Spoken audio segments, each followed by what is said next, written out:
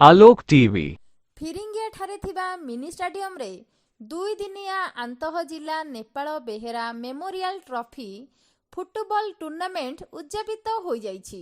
एही टूर्नामेंट रे 8टी दल भाग नैथिया बेले फाइनल रे फुलबाणी क्रीड़ा छात्रावास टीम को हराई football association Phulbani team champion होइथिला।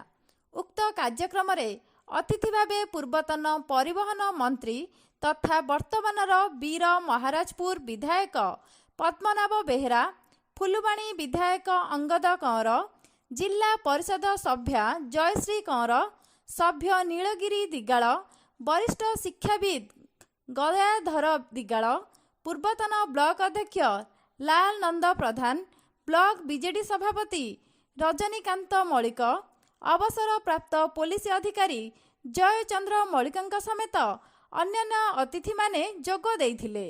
Referee Saroj मुनि सह सुनील बेहेरा, प्रफुल्ल कंवर, रोहित मुखी, तांडेश्वर कंवर प्रमुख खेल को परिचालना करथिले।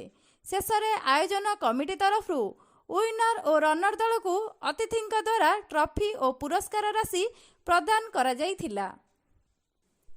ब्यूरो रिपोर्ट आलोक टीवी।